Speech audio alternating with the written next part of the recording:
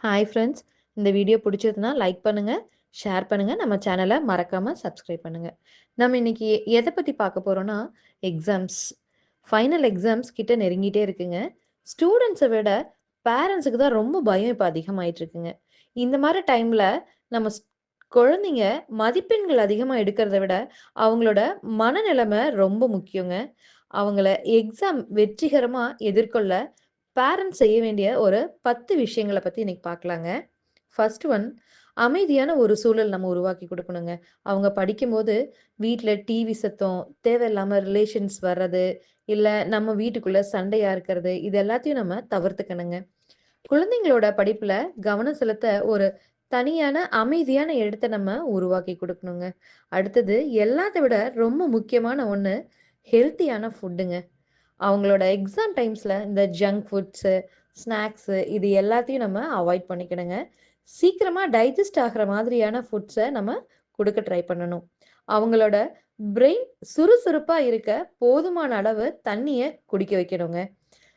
அத விட ரொம்ப ரொம்ப முக்கியமான ஒரு விஷயங்க, ப்ராப்பரான ஸ்லீப். தூக்கம் ரொம்ப ரொம்ப முக்கியங்க.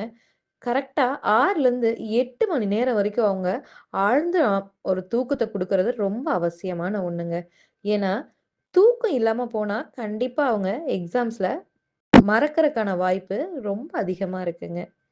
அடுத்தது, தேவையில்லாத மன அழுத்தம். அதாவது, நம்ம பசங்கள பக்கத்து வீட்டு பையன் பாருப்பா, போன தடவ +2ல எவ்ளோ மார்க் எடுத்திருக்கான். இந்த பக்கத்து வீட்டு பையன் பாருப்பா, 10த்ல எவ்ளோ எடுத்திருக்கான்னு, நீ அவங்கள விட 1 மார்க்காவது அதிகமா எடுத்துறணும்ப்பா. அப்படின்னு தயவு செஞ்சு அவங்களுக்கு பிரஷர் குடுக்காதீங்க. மத்தவங்களோட அவங்கள ஒப்பிடாதீங்க. ஒவ்வொரு குழந்தைக்கும் ஒவ்வொரு தனி திறமை இருக்குங்க. மதிப்பெண்கள விட அவங்கள முயற்சிய நம்ம ஃபர்ஸ்ட்டு பாராட்டணுங்க. அடுத்தது, லிசன் டூ தெம். அவங்களுக்கான நேரம் நம்ம அவங்க கூட செலவு பண்ணணுங்க. குழந்தை படிக்கும்போது நடுவுல போய் நீங்க இன்டராக்ட் பண்ண ட்ரை பண்ணுங்க.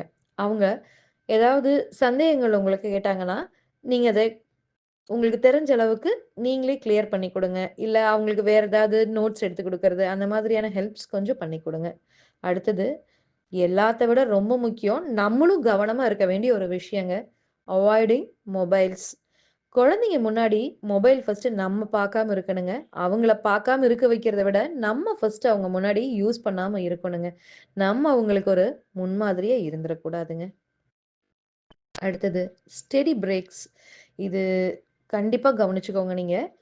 ஏன்னா, தொடர்ந்து இந்த குழந்தைங்க நாங்க படிக்கணும், படிக்கணும், படிக்கணும்னு தொடர்ந்து ஒரு 5, 6 மணி நேரம் தொடர்ந்து ஒரு கேப்பே இல்லாம படிச்சுக்கிட்டே இருப்பாங்க. அது அவங்களோட மனநிலைமைய ரொம்ப பாதிச்சுருங்க. அதனால ஒரு 3லிருந்து 4 மணி நேரம் படிக்க சொல்லுங்க. அதுக்கப்புறம் கேப் விட்டுற சொல்லிருங்க. அதுக்கப்புறம் ஒரு 1 ஹவர் இல்ல 2 ஹார்ஸ் கழிச்சு திரும்பவும் அவங்கள கன்டினியூவா படிக்க சொல்லுங்க. அப்பதான் அவங்களோட கான்சன்ட்ரேஷன் லெவல் ஒரே மாதிரியா இருக்குங்க. இல்லன்னா, அதுவே அவங்களுக்கு ஒரு ஸ்ட்ரெஸ் ஆயிடும். படிச்சு, படிச்சு அது ஒரு ஸ்ட்ரெஸ்ல கொண்டு போய் விட்டுருங்க.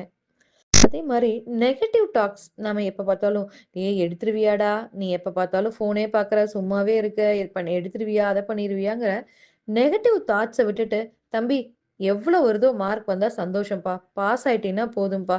அப்படின்னு அவங்களுக்கு பாசிட்டிவான தாட்ஸ நீங்க குடுக்குற மாதிரி பார்த்துக்கோங்க. தேர்வு என்பது வாழ்க்கையின் ஒரு பகுதிதான். அதுவே வாழ்க்கை அல்ல. உங்கள் குழந்தையின் மன ஆரோக்கியமும், உங்கள் ஆதரவும் தான் அவர்களை வருங்காலத்தில் சிறந்த வெற்றியாளர்களாக மாற்றும்.